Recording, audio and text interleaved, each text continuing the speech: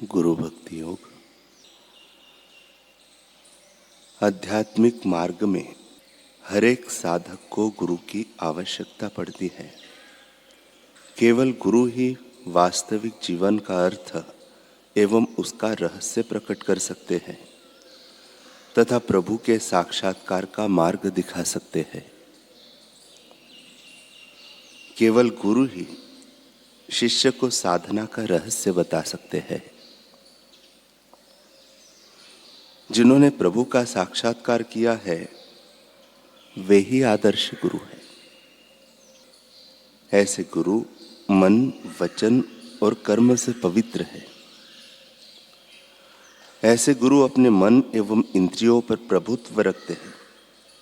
वे सब शास्त्रों का रहस्य समझते हैं। वे सरल, दयालु, सत्य प्रिय एवं आत्मारामी होते हैं। शिष्य के हृदय के अंतःस्थल में सुषुप्त दैवी शक्ति को गुरु जागृत कर सकते हैं। शिष्य ने अगर पूर्व जन्म में शुभ कर्म किए होंगे, वर्तमान जीवन में भी अगर वह शुभ कर्म करता होगा, अगर वह सन्निष्ठ हृदय वाला तथा ईश्वर प्राप्ति की तड़प वाला होगा तो सद्गुरु अवश्य प्राप्त होंगे। बापूजी के जीवन प्रसंग। महाराष्ट्र के बीड जिले में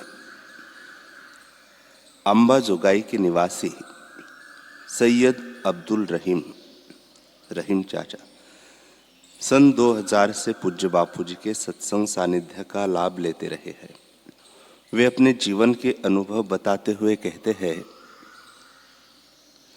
कि सन 2000 में मेरे एक परिचित ने मुझे पहली बार बापूजी के सत्संग में लेकर गए। सत्संग मुझे बहुत अच्छा लगा, बड़ा सुकून मिला। फिर तो मैं बार बार सत्संग समारोह में जाने लगा। बापू मुझे बहुत प्रेम करते थे। मुझ पर बापू की नजर पड़ती तो वे मेरी दाढ़ी देखकर अपनी दाढ़ी पर हाथ घुमाते और मुस्कुराते हुए मुझसे इशारे से पूछते थे कि अच्छा है, ठीक है। वे बड़े प्रेम से अपने पाक हाथों से मुझे प्रसाद देते थे। बापू का सत्संग सुन के उनका प्रेम पाकर मेरे मन में बार बार होता था कि मैं बापू से दीक्षा ले लूं, कि उन्हें अपना गुरु बनाऊं। लेकिन मैंने पूर्व में एक गुरु बनाए थे, अतः मेरे मन में कश्मकश बनी रहती थी। एक बार मैं बापू के दीदार करने हेतु अहमदाबाद गया था। वहां वे मुझे बोले, तुम साधक क्यों नहीं बनते? मैंने कहा, बापू मेरे और एक गुरु है। साधना में आगे की यात्रा नहीं करनी है तो फिर क्यों आते हो? जी, मुझे आप अच्छे लगते हैं। आपका सत्संग बहुत अच्छा लगता है। मुझे आपकी वाणी 10 टाइम सुनने की इच्छा होती है, इसलिए मैं आपके पास आता हूँ। बापू मेरे मन की ख्वाहिश और कश्मकश समझ गए और मुस्कुरा कर चले गए। सन 2006 के आसपास मैं बांद्रा मुंबई में सत्संग सुनने एकदम आगे की कतार में बैठा था। मुझे देखते ही बापू बड़े प्रेम से अपनी दाढ़ी सहलाते हुए कहने लगे, उठ रहीम, खड़ा हो जा। मैं हाथ जोड़कर खड़ा हो गया।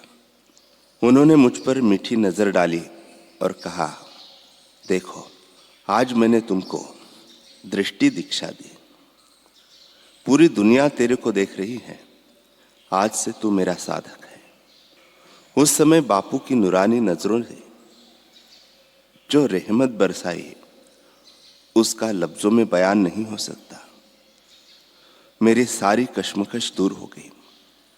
दूसरे दिन मैंने जाहिर में सबके साथ बैठकर गुरु मंत्र की दीक्षा ली।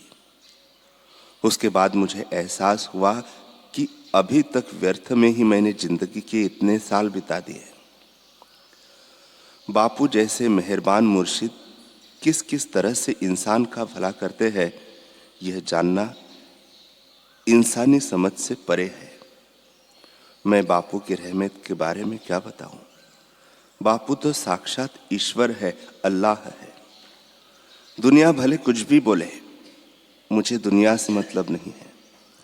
अगर मेरे पास अल्लाह या विष्णु भगवान भी आकर बोले कि भगवान मैं हूं, मुझे तू पहचान ले, तो मैं यही बोलूंगा कि नहीं, मेरे भगवान तो मेरे बापू हैं।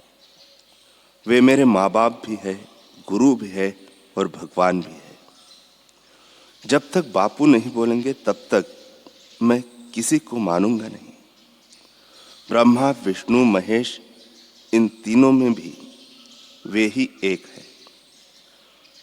मैं मुसलमान हूं, परंतु बापू का सत्संग सुनकर इतना समझ चुका हूं कि दुनिया में एक ही धर्म है, क्योंकि अलग अलग दिखते हुए भी सबके भीतर आत्मा एक ही है।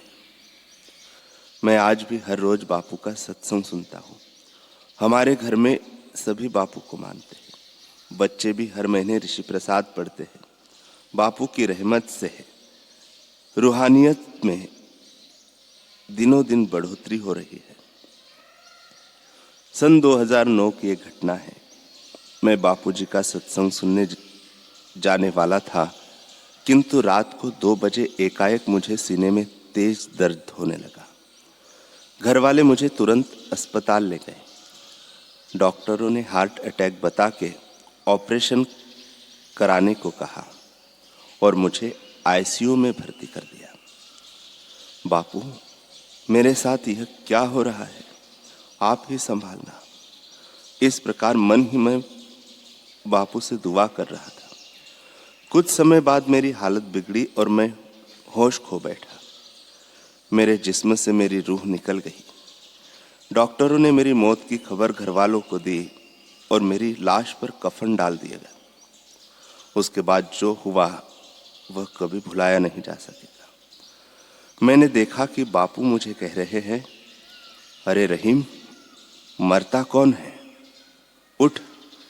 मेरे जिस्म से निकली हुई रूह फिर से उसमें दाखिल हो गई। मैंने अपने ऊपर पड़े कपड़े को हटाया और उठकर बैठ गया। मैं क्या देखता हूं कि बापू साक्षात मेरे सामने आशीर्वाद की मुद्रा में खड़े हैं।